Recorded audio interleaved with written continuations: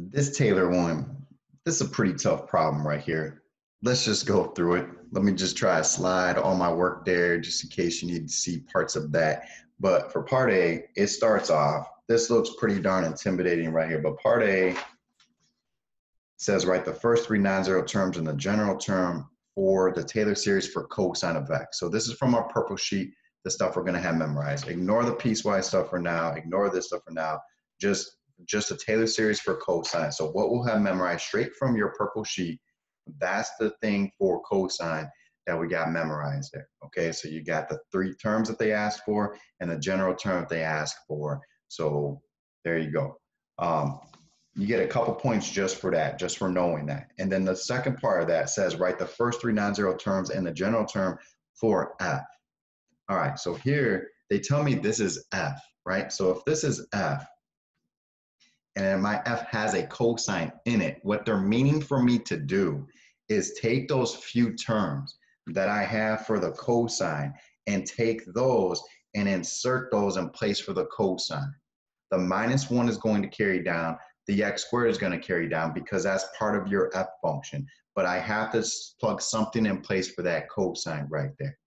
And then so that's what I did. So I said my f of x, I took those few terms, plugged those in place for the cosine, and then I had the -1 carried down and then the x squared carried down. Don't worry about this x to the 6 over 6 factorial yet. But notice it said, it told us to write the first three terms of this thing. And when the 1 minus 1 canceled out, that only left me with two terms. That's when I had to squeeze in an extra term right there. So if you look at the pattern, it goes x squared, x to the 4th, the next one's going to be x to the 6th.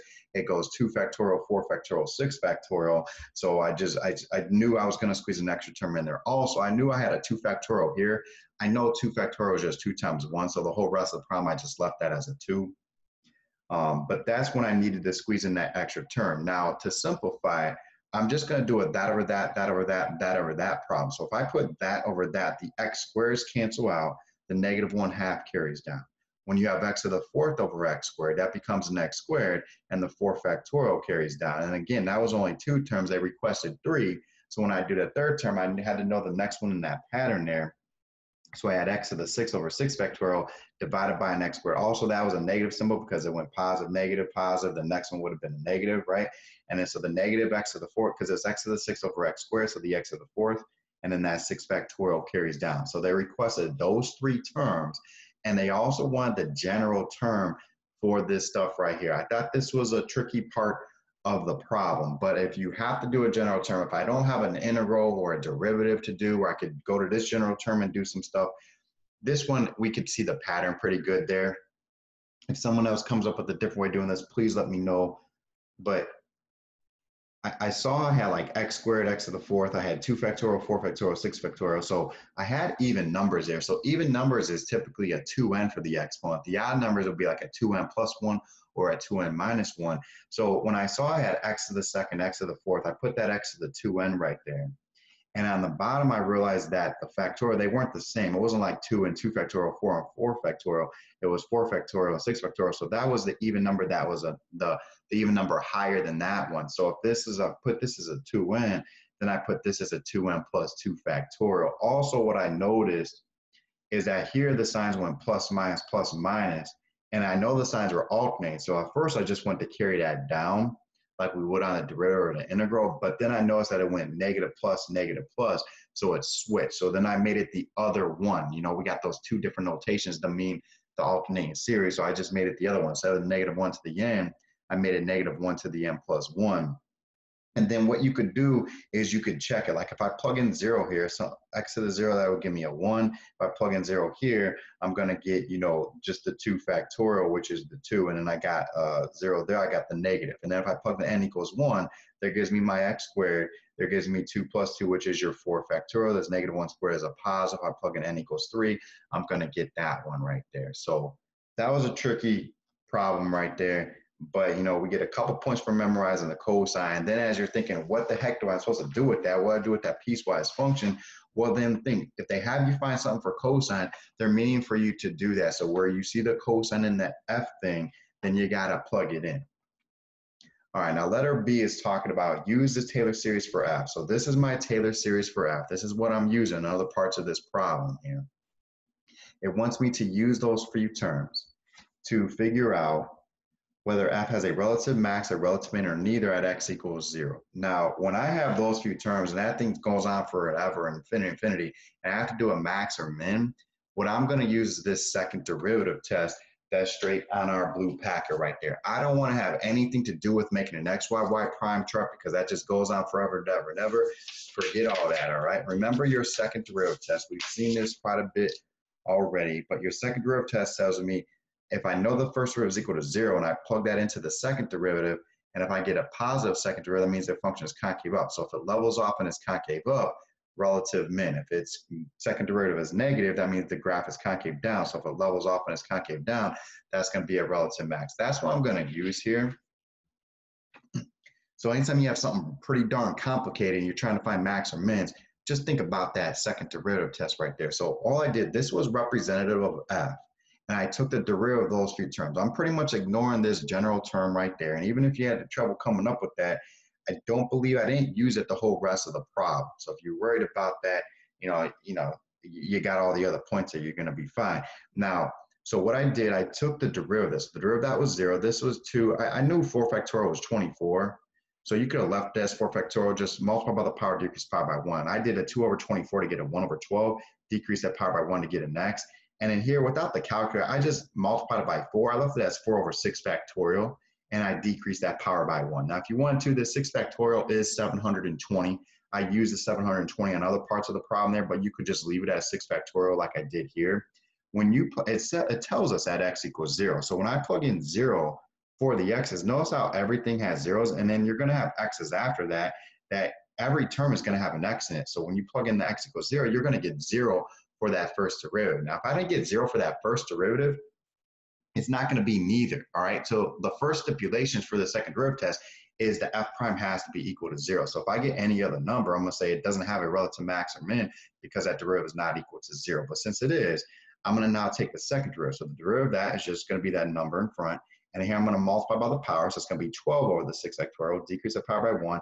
And then I'm going to put dot, dot, dot. Everything after that is going to have x's attached to it. That's why they gave us 0. So we had an idea of what was going on there. So when I plug in 0, all the terms after are going to have x's in it. Those are all going to be 0, and you're going to get that 1/12, which is a positive number. And so if your first derivative is 0 and your second derivative is positive, that's from your blue sheet. That means your graph is going to level off, and it's going to be concave up, which means it has a relative, my fault, hold up.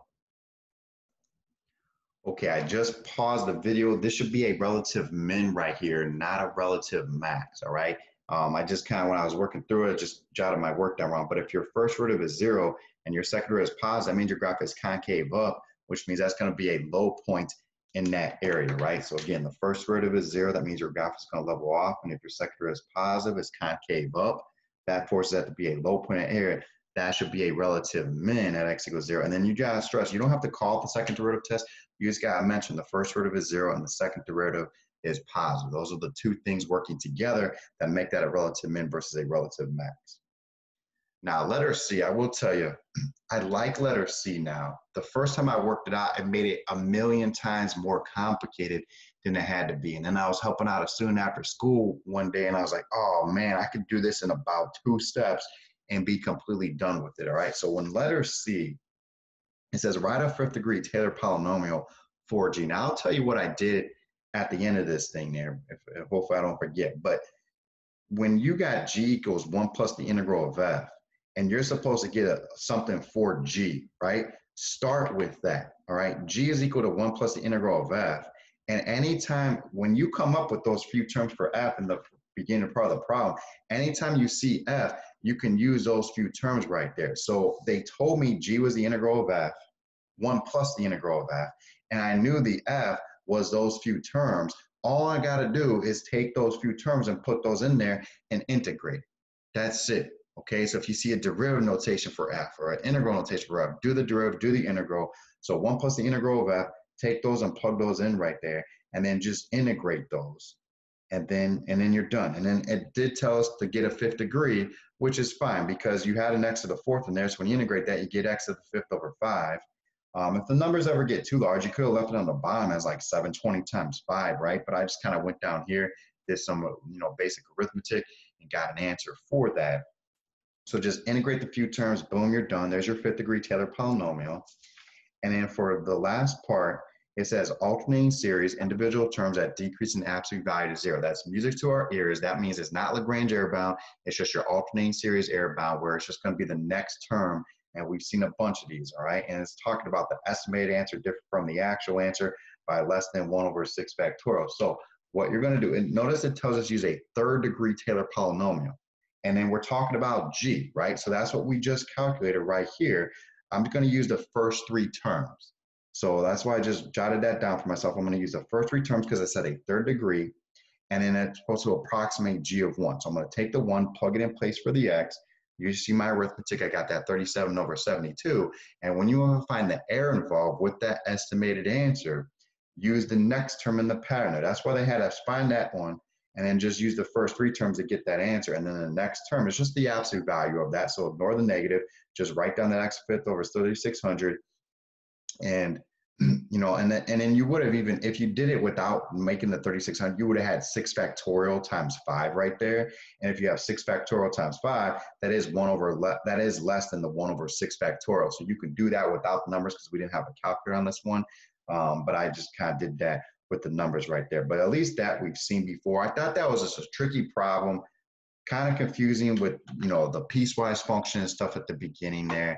And I will share with you, I don't want to make the video much longer, but I will share with you what I did originally on letter C.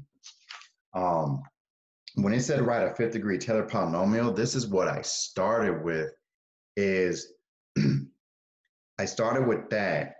And then when I had the fifth degree Taylor polynomial, I did like first derivative to the first over 1 factorial, second derivative x squared over 2 factorial, third derivative x cubed over 3 factorial. And then I realized that, hey, G prime is F, G double prime is F prime, which means G triple prime would be F double prime. And so I replaced the G prime with the F. I replaced the G double prime with the F prime. I replaced the G triple prime with the F double prime, and so on. And then I had to go back to this stuff here, and I had to take the third derivative, fourth derivative, and maybe the fifth derivative, or I stopped at the fourth derivative, and then I was able to plug all those in and stuff like that. And then I got that same answer that I got right here when you just integrate that thing. So when I used to believe this is the worst Taylor problem that I've ever seen, and it still kind of sucks, right? But once I saw this and I said, oh man, I saw the integral notation, I should have known better just to do that integral right there. Once I saw that, it just kind of changed my whole view on these things. I said, I just got to remember myself on all these crazy Taylor problems to think simple first. They're really not out to kind of screw us over, even though it kind of seems like that sometimes, and it seems intimidating sometimes. If we think simple first, we're going to be just fine. I want to also mention this 2010 test. This was the very first year I taught calculus all by myself. I nowhere near had my students prepared to do this problem. I just didn't know any better. I didn't understand these that well. I didn't have that much experience with them. I didn't have that much to go off of and get them exposed to everything.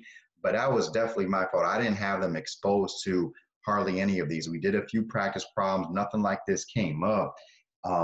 Most of my students walked out of that test that first year and they said they left this problem completely blank. And here's what's comforting with that. Well, I know it's not comforting, but it sucked at the beginning. I was terrified, but then we still had 80-some% pass rate on that test, and we still rocked a bunch of 4s and 5s. So that made it comforting to me to know that they bombed that problem completely, and we still rocked a bunch of 4s and 5s. And now they have adjusted things since then, where they have added some weight to just like strictly the BC material, but also we've gotten exposed to a million times more better problems and better instruction over these Taylor polynomials than I ever did during that first year. So we're gonna be much better off than that. But that problem kind of sucks. So it's good that we kind of get exposed to it and just try to take these future problems that we're due, try and knock those out and get better and better with these things.